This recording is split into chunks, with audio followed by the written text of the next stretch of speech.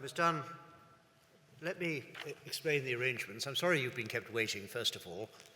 That's because of the unpredictabilities of timing. But we're now ready to start. In this room, you will see a room in front of you full of participants, people who have a very particular interest in the outcome of this inquiry in general. To your left, there are lawyers. At the very back, there are representatives of the press.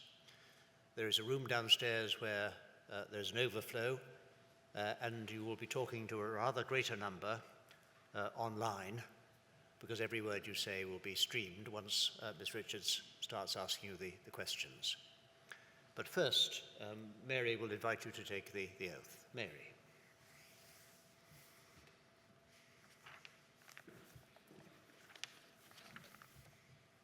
Please state your full name. Shona Hunter Dunn. And repeat after me. I do solemnly, sincerely, and truly declare and affirm that the evidence I shall give shall be the truth, the whole truth, and nothing but the truth.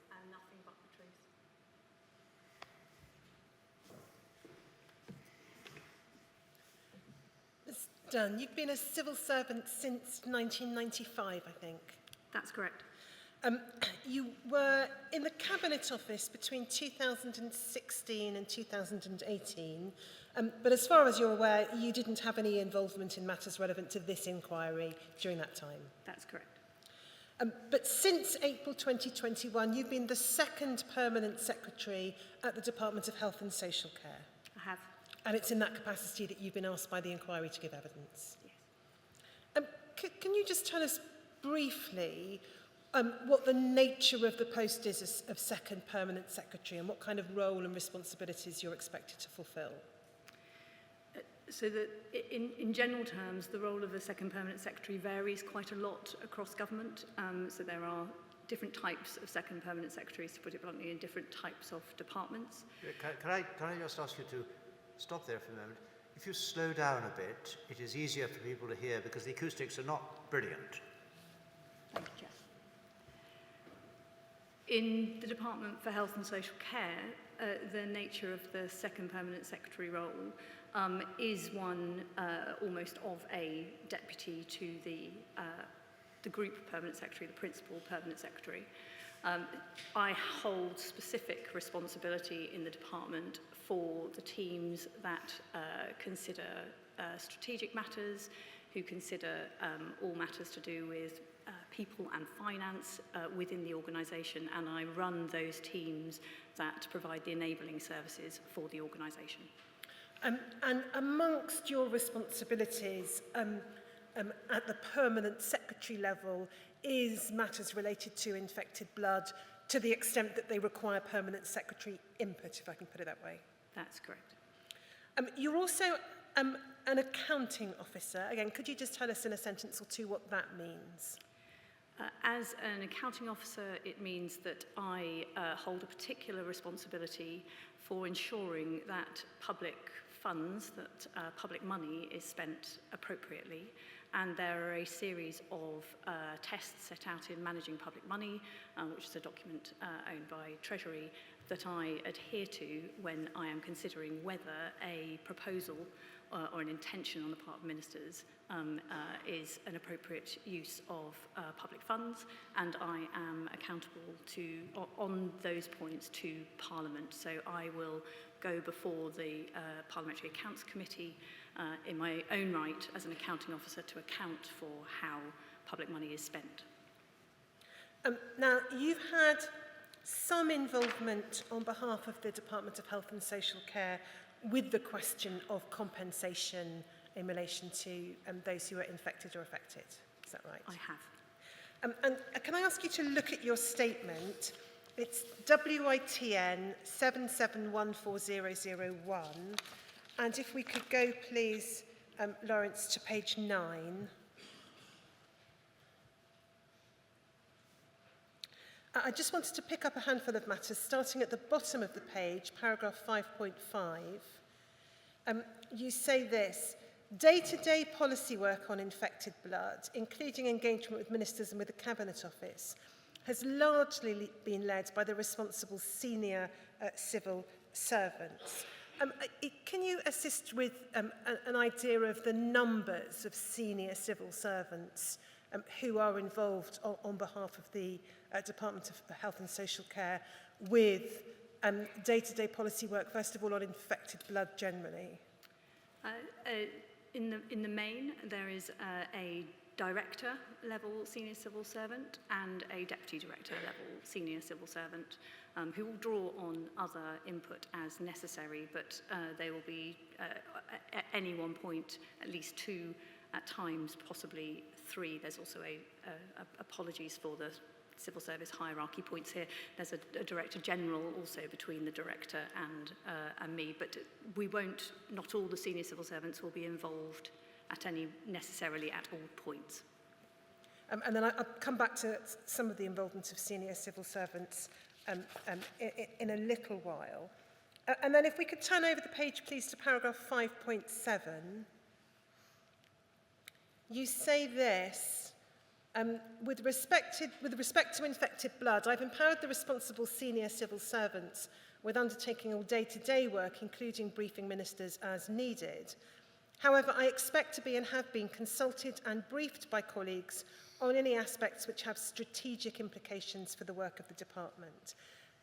Can you assist in our understanding of what aspects of the compensation issue are regarded as having strategic implications for the work of the department?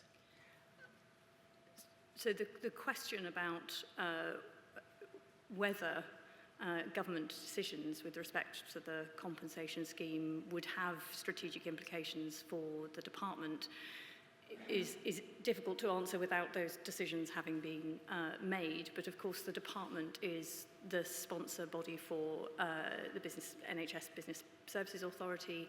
We are therefore the sponsor for the support scheme, and therefore any decisions with respect to compensation could have some bearing on services we already provide, and therefore have significance for the department. And what, if any, involvement do civil servants within the Department of Health and Social Care, have with the question of principle of whether there should be compensation, and if so, to what groups of individuals should it be paid?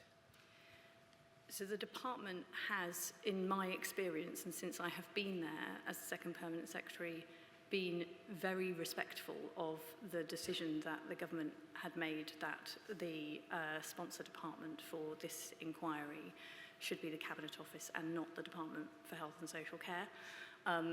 So the department has limited itself in that period to responding to and making a contribution to the work of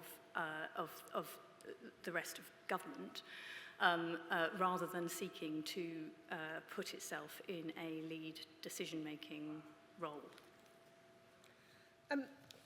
Can we then move, sorry, it's the bottom of the page in fact, paragraph 5.8.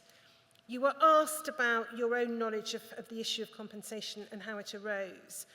And you refer there to the evidence given by the then Secretary of State for Health and Social Care, Mr. Hancock. And if we go over the page,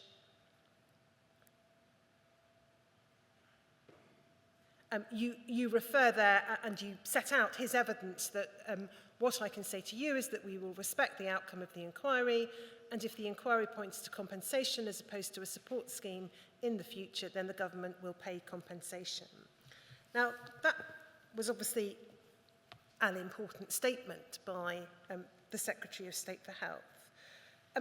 It was also potentially an opportunity to start some preparatory work on the question of information gathering or looking to explore some of the issues that you referred to later in your statement, some of what you've said are the complexities, work with the devolved nations and so on. Was any attempt made by the Department of Health and Social Care at that stage, Mr. Hancock having made that statement, to begin to prepare for the possibility of compensation? So I repeat I guess the point I just made, which was that the department holds certain information. The department obviously is the department for policy with policy responsibility for matters to do with health, and therefore has information and expertise to bring to bear on this subject, but was very clear on the role that it was expected to perform, which was to make contributions to the work being coordinated and guided elsewhere in government, and that being a conscious decision of the government. So would it be right to understand then the answer to the question is no, the department didn't start planning for the possibility of compensation, but you've given us a reason why that might be the case, which is the department having stepped back in terms of coordination and leadership. But so the department itself did not embark upon any work on its own initiative to explore how compensation might look.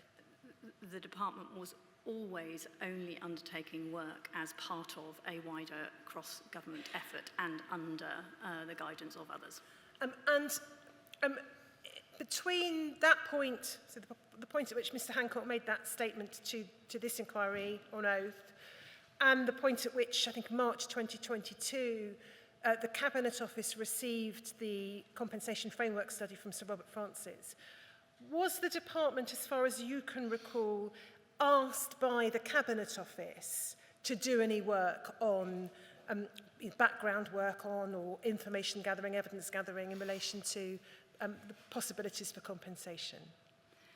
I personally don't have any recollection of that, but I wouldn't necessarily I wouldn't have expected, as per my witness statement, to have seen those requests if they existed. Officials will have been in contact and there will have been discussions, but I am not aware of Cabinet Office having asked for anything specific. And then if we look a little further down that page to subparagraph C, you will see there, we've got the reference to Sir Robert Francis providing his report. You explained that you were advised in your role as Second Permanent Secretary in the department by the responsible senior civil servants of the recommendations in Sir Robert Francis's study, and you refer to the work being coordinated there by the Cabinet Office. Did the department at that stage have any involvement, whether at the request of the Cabinet Office or otherwise, in analysing and considering Sir Robert Francis's report? Certainly, Cabinet Office will have asked my officials questions, they will have asked for input, they will have asked for information, and officials in the Department of Health and Social Care will have provided that. I think it will have been on that basis. Cabinet Office would have asked questions and we would have provided responses where we held that information. Now, you will, I think, know from documents that you've looked at and no doubt from your overall knowledge of matters, that the then Paymaster General in March 2022 had said that the government would provide its response to the Robert Francis Compensation Framework Study in advance of Sir Robert giving evidence to the inquiry in July 2022. And you'll also know that that didn't happen and the government's position changed. Did the department or did you have any involvement in that decision-making process about whether or not to publish the government's response? I do not recall taking any part in that decision-making process.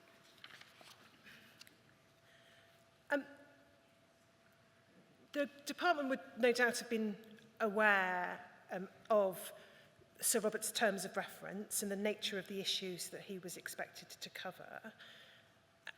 You've referred in your statement, I think, to something our previous witness said in a later ministerial statement about the complexity and wide range of factors thrown up by Sir Robert's report.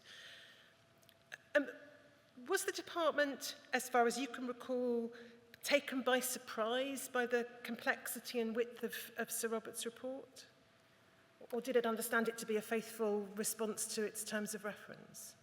I'm certainly don't recall anything which I would say, which I would characterise as surprise.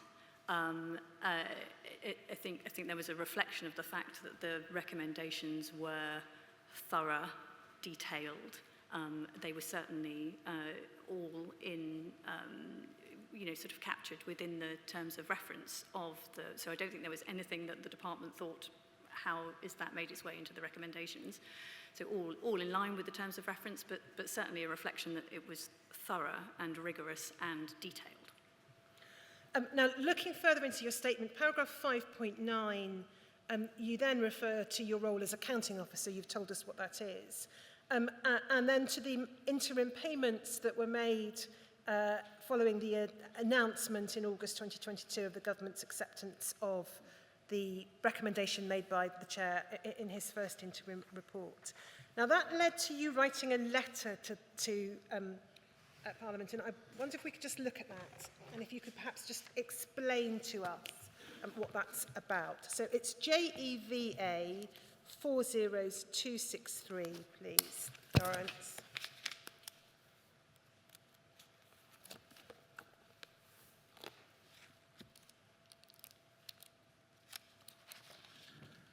Oh, no, it's not. I'm sorry, I've written that down incorrectly. No, I've not. It's all right, have you got that? JEVA 0000263.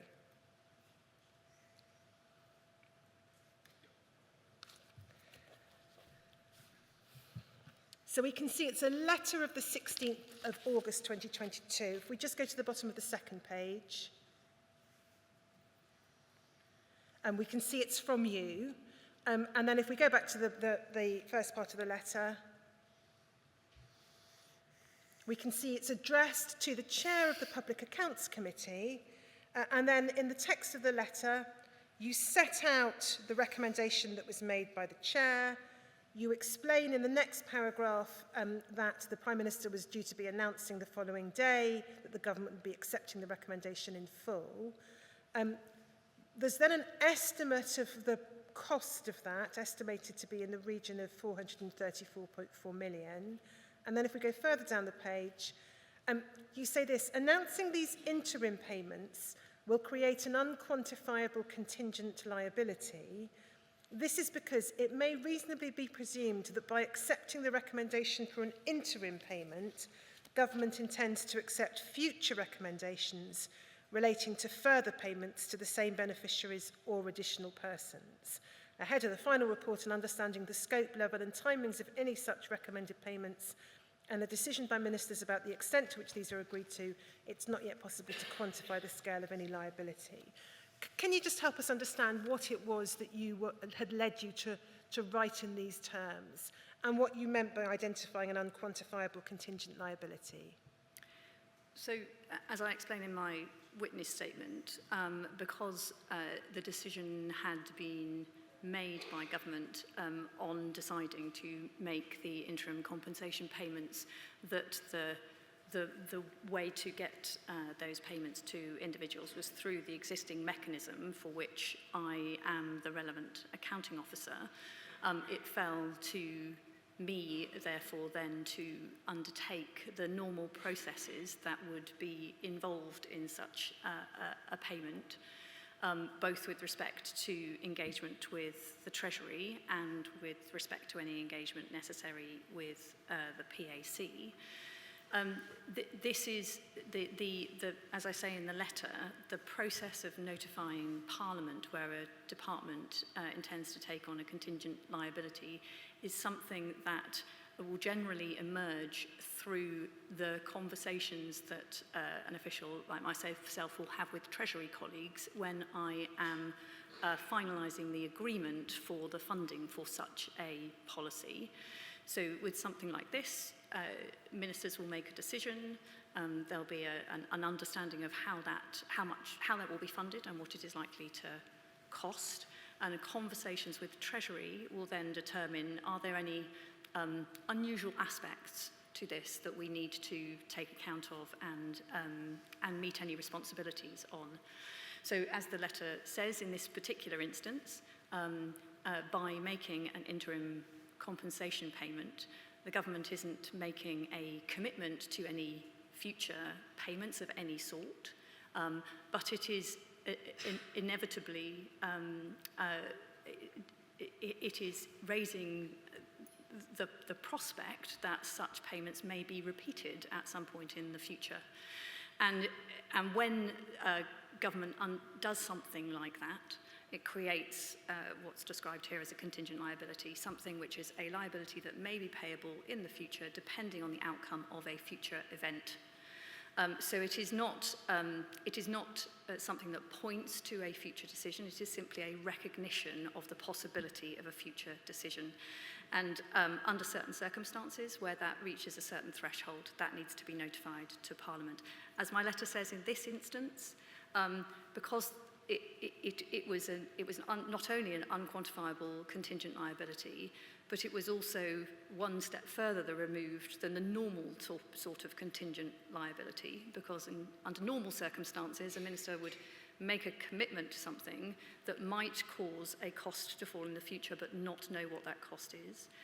In this instance, ministers weren't actually making a commitment. They were making a commitment that pointed to the possibility of a future commitment, which is why the circumstances were slightly different. I apologise, this is a long and technical explanation, but it's why the circumstances were slightly different, and why in this particular case, Parliament didn't need to be fully informed 14 sitting days in advance of the announcement, because Treasury Officer of Accounts, as the letter describes, had indicated that wasn't necessary. Just two questions arising from that, if I may. You use the terminology in the letter, it may reasonably be presumed that by accepting the recommendation, government intends to accept future recommendations relating to further payments. And I just wanted to understand what you had in mind in saying that. There's, I think, potentially two ways of looking at it. One is to say, government's accepted the first set of recommendations, reasonable to assume it may accept further recommendations. The other is to say these government has accepted interim payments. Interim payments by their very nature are not final payments, and so the expectation is that there will be further payments made, because I think, to use the phrase the ministers have used, it was a beginning and not an end. Did you mean it in both of those ways, or one or other of those ways? For the purposes of this letter, I meant it in the former way. That's not to dispute the latter way, but for the purposes of this letter, it was the former. And then, is there any significance in terms of the source of any future funding for further payments, interim or final in nature? Is there any significance to the fact that you, as in the second permanent secretary and accounting officer at the Department of Health and Social Care, are writing this? Does that mean that there's an expectation that any future payments will be payments from DHSC monies, DHSC budgets? No, it says nothing at all about future arrangements. It's purely a reflection of the arrangements that were put in place for the payment of interim compensation. Thank you. Now, you go on to tell us, I don't think we need to go back to your statement for present purposes, but you go on to tell us that you have attended the permanent secretary meetings, which Mr. Quinn told us about earlier today. And the first permanent secretary meeting, we understand, was on the 30th of November 2022. Now that's obviously some months, around 8 months after Sir Robert Francis has delivered his report. It's about a year and a half on, perhaps a little less than that, from when Mr. Hancock gave his evidence to the inquiry. Why, do you know why there was no earlier meeting at permanent secretary level to discuss the question of compensation? I think it's probably worth setting out again that there will, of course, have been lots of official level engagement at earlier points. So it would not have been the case that there was no engagement at other levels. So this was the creation of the permanent secretary level group. It's probably worth stating at this point that putting a permanent secretary level group in place is not commonplace. So it is not, it is not something that you would do with respect to all significant cross-government issues. It's quite in that sense, quite an unusual step. There aren't many permanent secretary level coordination groups that I attend, for example. So I can't speak for Cabinet officers to why Cabinet Office colleagues chose not to put a permanent secretary meeting in advance of that. I can only say that I don't think that should be taken as an indication of the fact that there wasn't cross-government work underway, and that it was quite a significant step when it was done. And then if we look at your statement again, at WITN 77140001, page 13,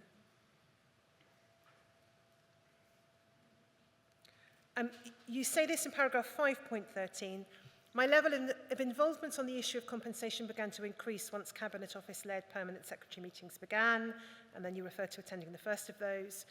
And then you say this, at that meeting I committed to DHSC working closely with Cabinet Office colleagues as they developed their understanding of the practical, legal and financial aspects of the recommendations made by Sir Robert Francis, with the intention of enabling government to be ready to respond when the infected blood inquiry reported, expected then in the summer 2023. Now, what work, to your knowledge, had been undertaken, if any, by the Department of Health civil servants prior to this point on the practical, legal and financial aspects of recommendations? Had there been any involvement by the department at that stage on those matters? So as I said before, I think there will have been questions that Cabinet Office colleagues will have asked of DHSE colleagues at various points during the course of that year that colleagues will have answered where they were able to provide relevant information. It probably won't be a surprise to note that given the work that had been going into both the practicalities and then the implementation of delivering the interim compensation payments, that a lot of the Department for Health and Social Care's officials' time will have been focused on making sure that those payments and the processes that needed to be put in place to make sure those payments could be made and that the payments were then made was the focus of their attention up until the end of October. But they will have answered questions. Now, it's my understanding from Mr. Quinn's statement, his second statement, that in the early part of this year, it was agreed that the Department of Health and Social Care would establish a new team to undertake analysis of the cost and scale of implementing a compensation scheme. Can you tell us what the work of that team involves and what the size of that team is? So there's already a team in the department who take responsibility for the department's input on infected blood. We have added another component to that team, which is the reference to the new team associated with delivering that the analysis and modelling work that the department has undertaken to do. Those people, we've put that team in place to work with colleagues in other departments. So they work with colleagues in Treasury, they have drawn on expertise, for example, from the Government Actuary Department and the Government Legal Department. They draw on others. So it's a team in DHSE. It is a small additional resource, but it draws on the expertise and resource of a number of other teams elsewhere in government in order to perform that work. And the analysis is as you would expect, taking account of all of the available evidence to think about the modelling, the costings, the approach to options for compensation. Okay. I'll come back to a couple of those matters in a little while, but just in terms of the work of that team, analysing costs and scale of implementation of a compensation scheme, is that work complete now? and that information been handed over to the Cabinet Office, or is it still ongoing? So I would say that with a piece of work like this, which is broad and complex, it is not the case that you would ever, I would certainly ever expect to sort of put an end date on the piece of analysis and say, we're going to hand this completed sort of set in stone piece of analysis over to you. The development of a piece of work like this is a very iterative one, and is very iterative in terms of its engagement with ministers as well. So I would expect that analysis to keep on evolving, to be refined as new evidence and new data comes to light or becomes clearer. So I would expect that analysis to keep on developing. Officials will provide their best advice to ministers at any particular point in time based on the development of the evidence to that point. Ministers normally will provide steers, ask questions, or make decisions depending on where they are in the process, and that will feed then the next stage of the work. So forgive me, but it is not the case that we sort of put a deadline on it and say all work will have been done by then and we'll hand it over and then you can make decisions. It's a much more iterative process than that. I understand what you say about iterative processes. The difficulty potentially with that, though, is that, of course, you never get to a point at which decisions can be taken. So how, can I put it this way, how far advanced is the work? So accepting it's not, can't be complete and signed off for the reasons you've given, has the bulk of the work that the Cabinet Office asked of the Department of Health and Social Care been undertaken so that ministers should now have a reasonable idea of the cost and scale of implementing a scheme that met the inquiry's recommendations? So I think I need to just repeat what Minister Quinn said this morning. Minister Quinn said this morning that ministers had the building blocks necessary for those decisions. He also reiterated the fact that there is, of course, always work to do, and there is still work to do in terms of thinking about some of the sort of practicalities and the implications of delivery. But Minister Quinn himself said that the building blocks are there. If we then go on to page 17 of your statement, very bottom of the page, paragraph 7.9, you talk about the meetings described here, and that's a reference, I think, to the small ministerial group meetings and the permanent secretary meetings as well, and the underlying policy work supporting them are working to resolve a number of the complex issues relating to compensation that arise from the recommendations. And then you've set out a number of matters. Now, I'm not going to ask you for details of options being considered or pros and cons, both because this is still a matter, as we understand it, of active decision-making, and because any decision ultimately is for ministers and not for civil servants. But I wonder if you could just assist us with a sense of the extent to which these are complexities where the work has been substantially done, or whether they are complexities where things are still at an early stage. So I just wanted to look at each of these in turn and just see whether the extent to which you're able to assist us in relation to these matters. It may be that you're not able to, but the first point you refer to is form and location of any arm's length body, including its sponsorship arrangement. Just first of all, to what extent has that been a matter that the department has been involved with, or has that been primarily an issue for the Cabinet Office and others, in general terms? So in general terms, the focus of the contribution of the department has been on analysis and modelling to underpin options for the compensation scheme. It has not been beyond that. Of course, the department has some insight and knowledge given its involvement in the delivery of services already. So where it is able to make a contribution, it makes a contribution, but that has not been our significant contribution. So that's not the focus of the department's contribution. The second point you refer to is involvement of devolved administrations. Now, we heard from Mr. Quinn that there had been meetings at a ministerial level, or obviously involving permanent secretary at the Northern Ireland Department of Health from the Northern Ireland perspective. in June and July of this year.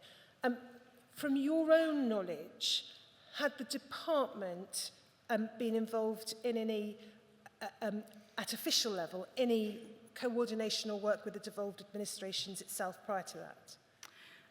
The department at official level engages with officials in the devolved administrations with respect to the administration of the support schemes. It does not engage beyond that. The next then bullet point is the financial commitments and potential contingent liabilities. And that's, as you've described, an area in which the department's had some work of its own to contribute through the team that Mr. Quinn mentioned. You've said that it's complicated by a number of uncertainties, such as the numbers of potential claimants, and you've referred to what the Minister said in Parliament about the statistical group. I just want to ask you, if I may, a little more about that. Did you hear Mr. Quinn's evidence? I think you probably I did. So you will have heard me raise with him the importance of any decision-making being based on a realistic assessment of the likely number of claimants and not based upon what the outer reaches of statistical modelling might suggest were the numbers infected over decades. In terms of the department's own work, it will presumably have had available to it information about the numbers registered with the schemes across the United Kingdom and information about the number of interim payments made last autumn across the United Kingdom. The department will presumably also have available to it information about the numbers of beneficiaries who were registered with the Alliance House organisations prior to the current schemes. Would you accept that those are going to be the best guide to the broad parameters of numbers of individuals from whom claims might be expected, and that it's implausible to think that there'll be thousands of individuals coming out of the woodwork at this late stage to say, aha, I was infected? They are very, very important inputs, extremely important inputs. I think it's important, I think the first thing I would say is, from the point of view of being the accounting officer in the Department for Health and Social Care, certainly I have no interest in, and I see sort of no motivation on the part of any official minister to sort of see exaggerated numbers in the analysis. It's not in keeping with the values of how our work should be done, professionally or otherwise, and it is not helpful in terms of guiding good public policy making and delivery. So it's very important that we emerge with a realistic assessment. The analysis that is being undertaken will absolutely take account of those inputs. It will take account of a number of other inputs as well, but it will and is being heavily quality assured and independently scrutinised within government as well, to make sure that there's no that we don't end up falling into the trap of taking unrealistic expectations. But it's important that we do look at the full range of possible outcomes. If we go to the top of the next page. Oh, no, I think it's the previous page. Sorry, Lawrence. Page 19. Thank you. Funding. Any costs associated with the compensation will require substantial new funding to be secured from government funds. Is that a matter in which the department's been directly involved? To the degree that we're undertaking the analysis and presenting that data, it is, and that those are issues inevitably that ministers will have to make decisions on. The department, as part of that small ministerial group, will be involved in those decisions, but they'll be collective decisions. It's not something the department has a particular position on. And then the last of the bullet points you've identified in the statement was, there was a reference to a potential legislative basis. Is that work that the department's been involved with directly? So the department, again, can make some input to that because it has knowledge of one of the questions that you need to engage in is what is the existing legislative basis that exists in a number of, and so the department has some knowledge to input to that, but it is not something the department leads on. In relation then, so we can take the statement down, in relation to the question of the making of interim payments to those who did not fall within the cohorts of individuals who received the interim payments last autumn. Now, obviously, the question of whether to make such payments is a matter for ministers, not a matter for you or civil service colleagues. But given that the English Infected Blood Support Scheme is a body that the department has a close relationship with, have there been any discussions with or consideration that you're aware of to how registration could be affected to enable those who are not currently registered with the schemes, but who might benefit if ministers decide that there will be further interim payments? Any discussions about a system of prior registration and the practicalities of that? I'm afraid I think I can only really refer you to what the Minister said this morning. The Minister talked about questions of registration and the balance of questions associated with that. So you would have got from his evidence that he has been engaged in discussions of that sort. I don't think I should add a great deal to that. But sorry, I'm not trying to ask you about the pros and cons of whether that should happen. It's really, do you know if there have been discussions with the existing support schemes as to how that could be affected in the event that ministers decide to go down that route? Or is that work that would still have to be done at a future stage? There have been discussions about a variety of practical questions associated with the recommendations of the second interim report with support schemes, and we've utilised our understanding, the department has utilised its understanding of how those support schemes operate now to engage in those questions, certainly. You say in your statement, I don't think we need to put it up on screen, but for your own reference, it's paragraph 6.3, that all those are working quickly and effectively. Is there a time frame to which you're working? How do you gauge that that this work is being done quickly and effectively? And I'm sure you don't need me to repeat the overarching chronology and the matters I explored with Mr. Quinn this morning. Indeed. So when I made that statement in my witness statement, it was a reflection of both the day-to-day effort and the motivation that I see on the part of officials engaged in this matter to progress it as quickly as they can. So utilising the information they have available, I mean, there are certain aspects of work that inevitably just take some time, but I've certainly witnessed over the time that I have been engaged with this issue, officials in all departments that are involved with this issue, doing their very best within the confines of their sort of working existence to move it forward as quickly as they conceivably could. Can I then ask you to look at a newspaper article? It's RLIT 302137.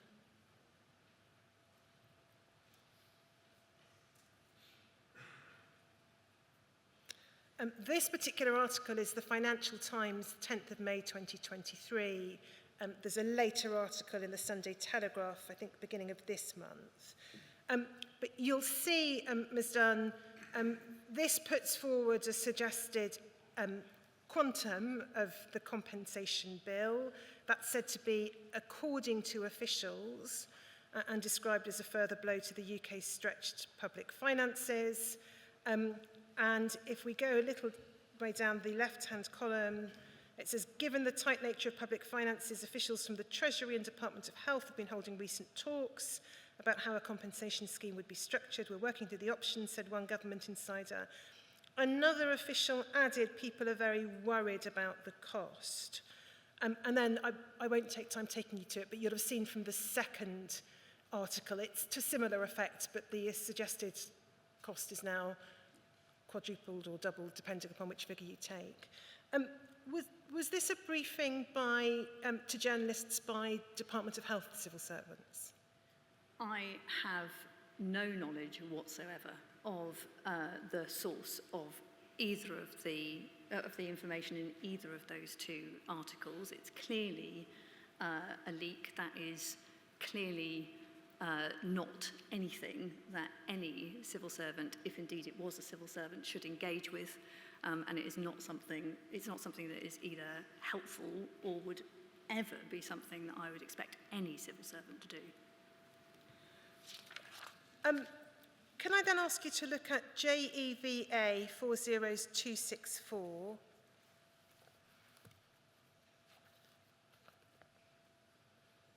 We're going to have to zoom in on that.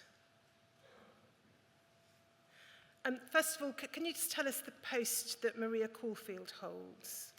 She is the Minister of State in the department with responsibility for this matter. Now, this is a communication. I'm sorry, this doesn't show the date. I do have the date somewhere, but it's obvious very shortly after the publication of the second interim report.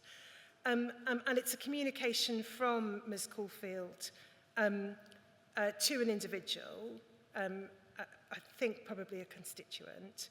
And it says in the last paragraph, government's looking at all the recommendations, will be responding shortly. Just to confirm, the government will not be waiting for the final report before responding and will respond to Sir Brian's recent recommendations as soon as possible. Are you able to assist us in understanding why that's said? My understanding is that this is a communication from Minister Caulfield's constituency office to a constituent. And my understanding was that it was an error on the part of the constituency office, their misunderstanding of the position, and therefore a miscommunication, which was, I am told and sincerely hope, was corrected. Can we then look at a letter from Ms. Caulfield, JEVA 40186?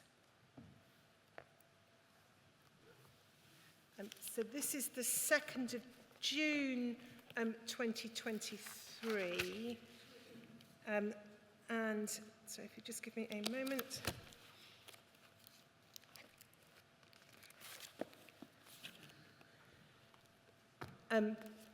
You will see if we look down the page, there's reference in the 4th paragraph to the moral case for compensation. And then, sorry, Lawrence, if we just see the whole letter, thank you. And then there's reference to the interim payments recognising the urgent need of infected people and bereaved partners enrolled in the existing support schemes, and so on. And then if we go to the next page, we can see in the penultimate paragraph the question of registration. Regarding registering bereaved families with the EIBSS, we're considering the second interim report's recommendation to make interim payments to bereaved families alongside the report's other recommendations. This complex matter may require coordination across the 4 nations' respective support schemes. I understand that time is of the essence for the infected and affected community, and we are progressing with this issue as a priority.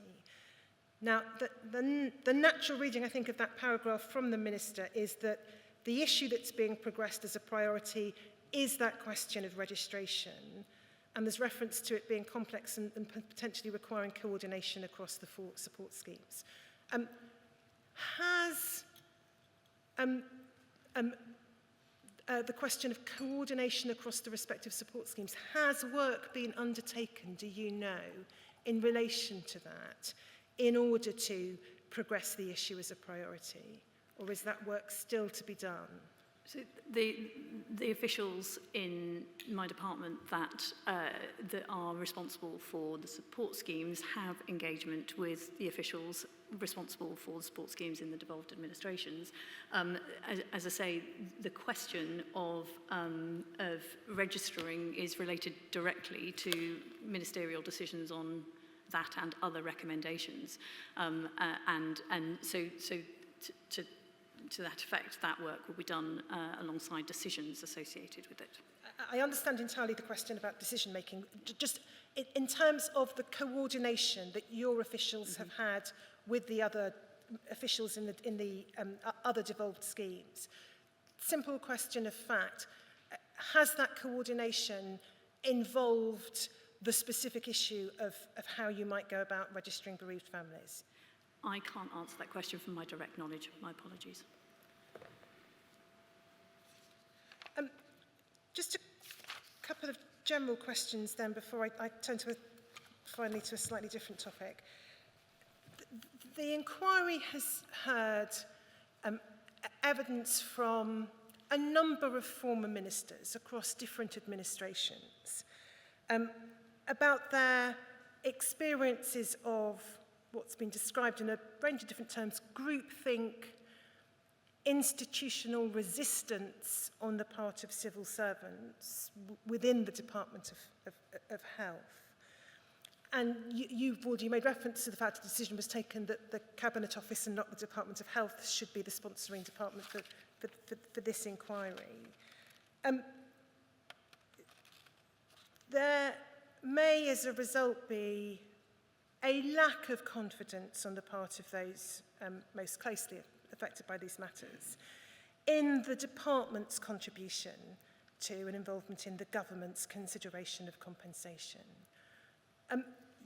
You told us about the nature of the department's role, but is there any other comment you can make, or any assurance that you can offer in light of the evidence that people have heard about a degree of historic resistance to issues such as having an inquiry in the first place or providing compensation? So, for reasons you'll understand, I've because it's not within my own knowledge, I can't reflect on the truth or otherwise of those statements from prior to my involvement. What I can say is, I think that things I've said already. One, the department feels, I think, quite acutely the evident lack of trust and fear about the approach that the department will take on these matters from the infected and affected. And that has driven it, and I think rightly, to be very respectful of the decision that was taken. You know, the department is not going to shift that perception or belief by not respecting that position.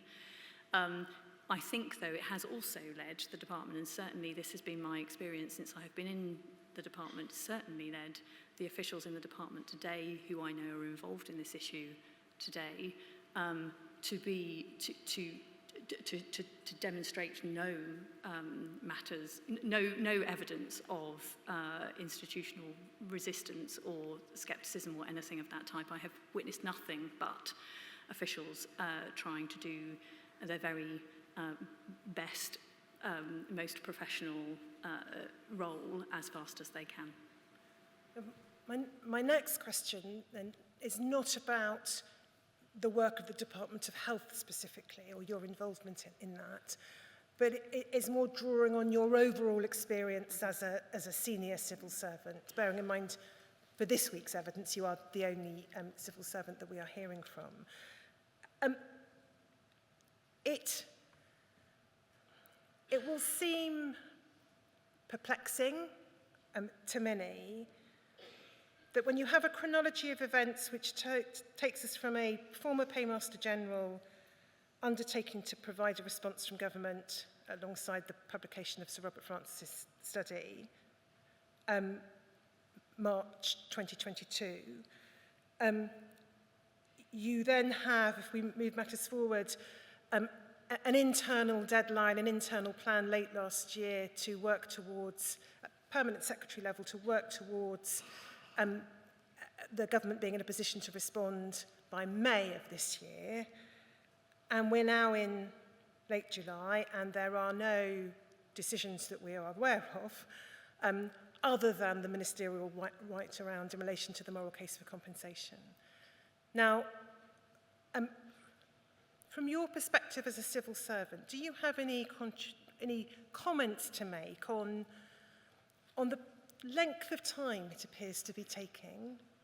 And I have in mind some evidence the inquiry's heard, I think it was from Sir John Major, who he was talking about the government generally, I think, and not just the civil service, but about it being like a large tanker in terms of trying to get things done with any speed. Do you have any observations to make about that, or any from a civil service perspective, about why things take so long in government? So I would say certainly things can take a long time in government. They don't always take a long time in government, but they can sometimes, particularly when sort of other events absorb time and energy. I'm not talking about other issues associated with infected blood, but other wider, sort of political changes or otherwise. So certainly these things, and from the perspective of, and particularly the perspective in this instance where it has been so widely evidenced, the sort of deep concern and that the infected and affected have with the time that it is taking and the impact that that is having. So that I can absolutely see from that perspective why it would feel like it's taking a very, very long time.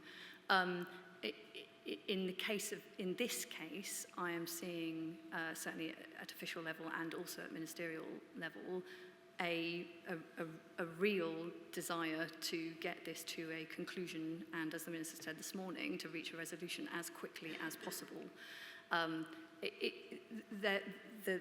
I said at the start of this, the recommendations that have been provided are thorough and rigorous and detailed, and ministers have looked at them in the round and sought to understand them in the round, and therefore you heard from Minister Quinn this morning that that dealing with the detail and understanding how that plays out is taking more time than he would like, but he is keen to get to a conclusion as quickly as possible.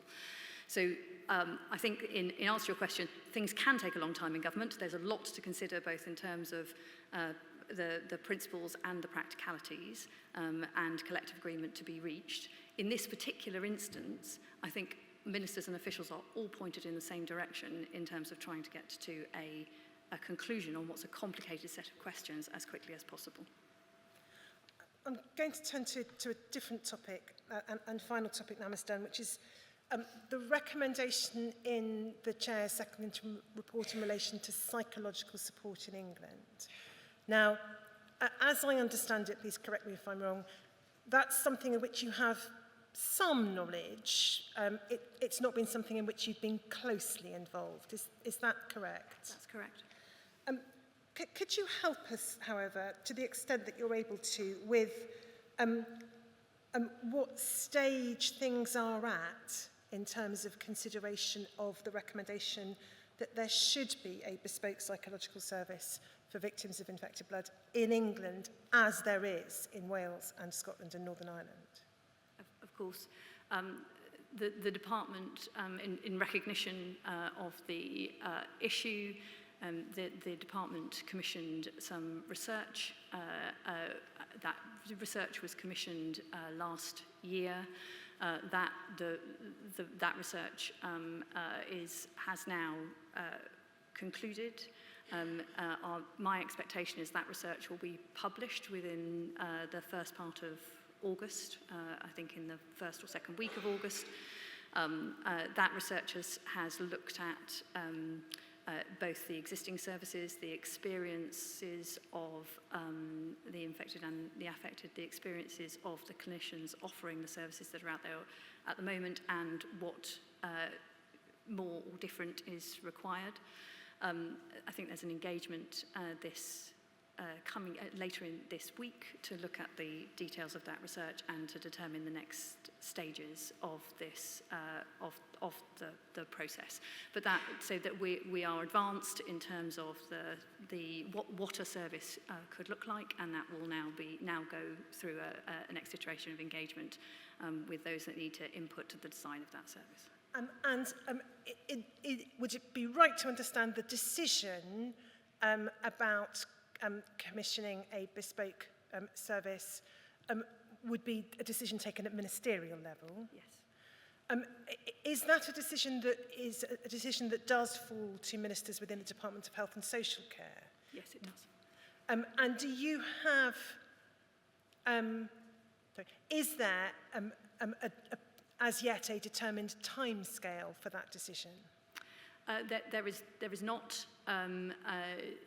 Ministers are being kept closely in touch with each stage of the process as we develop it, and I know they are keen to make sure that we reach a conclusion on that as soon as possible. The distress, I don't think it's too strong a word to say the trauma or re-traumatisation that may be caused by the ongoing delay in the government addressing the question of compensation may reinforce the need of those infected and affected for psychological support. Is that something the department understands, and is that something that can be fed back to ministers, that this is a time of enormous stress and anger amongst the infected and affected community, and they need every assistance they can? I certainly undertake to feedback anything the inquiry would wish me to ministers directly or indirectly. I think the department does understand the strength of feeling that has been expressed on that point, and it will have come out, I don't doubt, in the research. So those are the questions I'm proposing to ask Ms Dunn, but if we could have a break to enable suggestions to be received in the ordinary way from legal representatives of core participants. Yes, certainly. You probably heard me say before, I suspect, but if not, I shall say it again anyway. Those who are core participants have a right through their legal representatives to ask counsel to ask questions of you. Plainly, they don't know what those questions will be in advance. They have to listen to what questions are asked and your responses and see what more they might want to have you asked. So we've got to give a chance for that to happen. We'll take half an hour, which I think should be sufficient. If it isn't, we'll let you know and it'll be a little bit delayed. I can't tell you how long you'll be here after that, but when it's finished, it's finished. So let's take a break now until 25 to 5. And the usual warning to the witness. Yes, you should know what that is as well, I hope by now. You do. Well, don't talk to anyone about anything that you think you may be asked or may yet be asked, whoever that person is. 25 to 4. To 5.